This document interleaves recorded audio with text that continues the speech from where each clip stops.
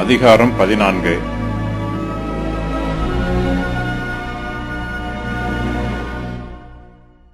இஸ்ரவேல் புத்திரர் கர்த்தருக்கு விரோதமாக முறுமுறுக்கிறார்கள்.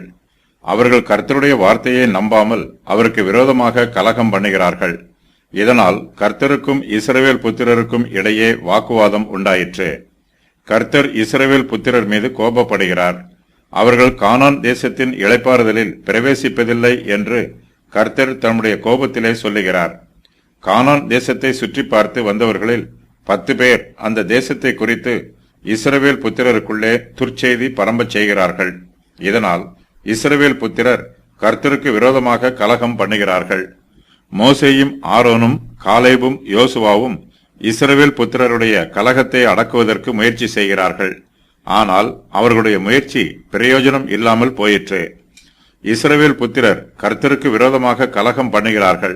கர்த்தர் அவர்களை அழித்து போட போவதாக அவர்களுக்கு எச்சரிப்பாய் சொல்லுகிறார். மோசே இஸ்ரவேல் புத்திரருக்காக கர்த்தருடைய சமூகத்திலே பணிவாய் விண்ணப்பம் பண்ணுகிறார். கர்த்தர் மோசேயின் விண்ணப்பத்திற்கு செவி கொடுக்கிறார். அவர் இஸ்ரவேல் புத்திரர் எல்லோரையும் அழித்து போடவில்லை. தம்மை பரீட்சை பார்த்த மனிதரில் ஒருவரும் கானான் தேசத்தை காணமாட்டார்கள் என்று கர்த்தர் சொல்லுகிறார். காலேபும் யோசுவாவும் அவர்களுடைய சந்ததியாரும் கானான் தேசத்தை சுதந்தரிப்பார்கள். கானான் தேசத்தை சுற்றி பார்த்துவிட்டு இஸ்ரவேல் புத்திரர் மத்தியில் துர்ச்செய்தியை சொன்னவர்கள் கர்த்தருடைய சந்நிதியில் வாதையினால் செத்து போகிறார்கள். இஸ்ரவேல் புத்திரரில் அநேகர் கர்த்தருடைய அனுமதி இல்லாமல் கானான் தேசத்திற்கு போவோம் என்று சொல்லி மலையின் மேல் ஏறி துணிகிறார்கள்.